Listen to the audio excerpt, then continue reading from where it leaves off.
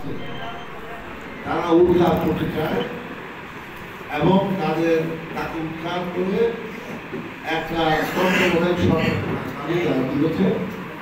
অর্থাৎ আমাদের সংবিধানে আছে যে যারা জনপ্রতিনিধি তারাই সরকার পরিচালনা করে।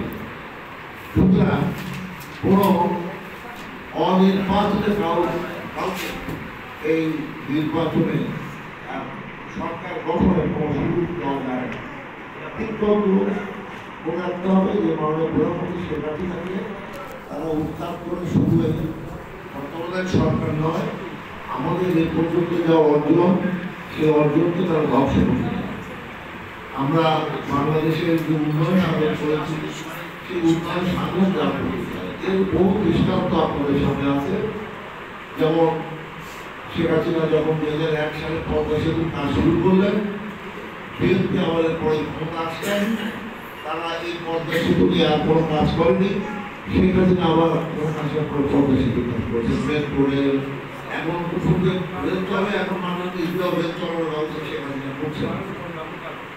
অর্থনী নদীর তলদে যদি রাস্তা বানাচ্ছে সেই রাস্তা দিয়ে এখন গাড়ি চলবে, যেটাকে বঙ্গবন্ধু কালের কাজ করতে হবে। এই ধরনের মেকআপ প্রজেক্ট, পায়রা বন্দর, যেখানেও বাংলাদেশের স্বাধীনতার পরে অনেক সরকার আসতে গেছে, কেউ কিন্তু দক্ষিণাঞ্চলে একটা বন্দর নির্মাণের কথা ভাবে। আমি যখন নৌ পরিবহন মন্ত্রী ছিলাম, আমাকে মাননীয় প্রধানমন্ত্রী বললেন দক্ষিণাঞ্চলে একটা বন্দর করতে হবে। আমি যখন প্রথম এই পায়রা বন্দর করার জন্য পটুয়াখালী হলো আপনার একটা উপজেলায়, কলাপাড়া উপজেলা, নদীর পানি নামরা ধোয়া ফাটার দেশ, যারা দক্ষিণের খবর জানেন তারা জানেন, বহুদূর পর্যন্ত পানি নামে, আবার বহুদূর পর্যন্ত।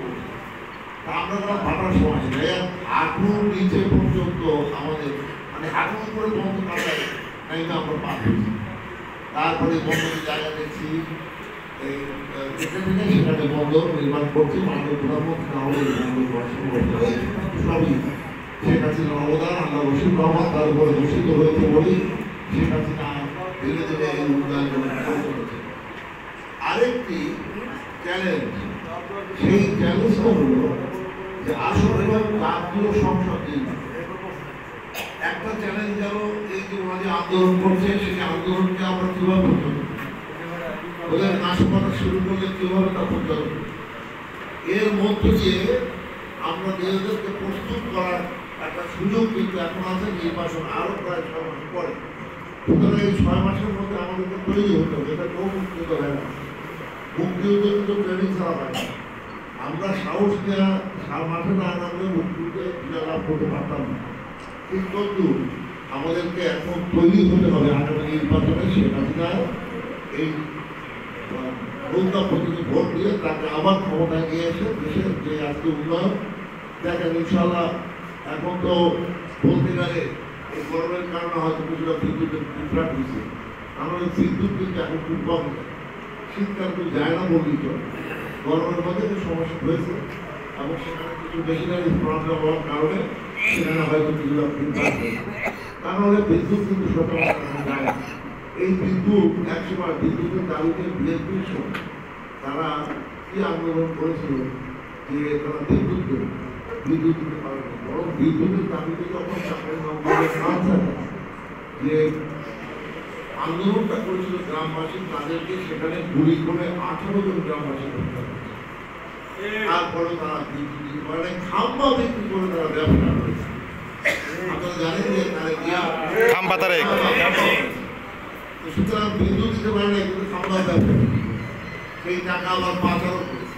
এখন সেই টাকা সেখানে বক্তব্য করতে অন্যদের সেখানে বসে প্রক্রিয়া করে ডিজিটাল, একসময় তারা ডিজিটাল শেখ হাসিনা যখন ডিজিটাল বাংলাদেশের কথা বলছে তখন তারা উপহাস করে, আর এখন সেই ডিজিটাল ব্যবহার করে তারা সেখানে এখন বক্তৃতা করে, তারা যে বক্তৃতা করে সেই বক্তৃতা তার যেটা করতে শোনেন। এই দুইটা চ্যালেঞ্জ হলো আমাদের দেশের জন্য দুইটা চ্যালেঞ্জ।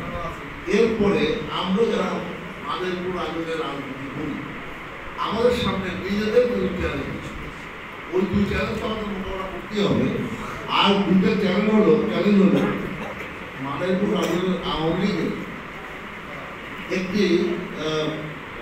একটি গ্রুপ যারা কিছু অপবাদ, মিথ্যাচার, ভণ্ডামি ইত্যাদি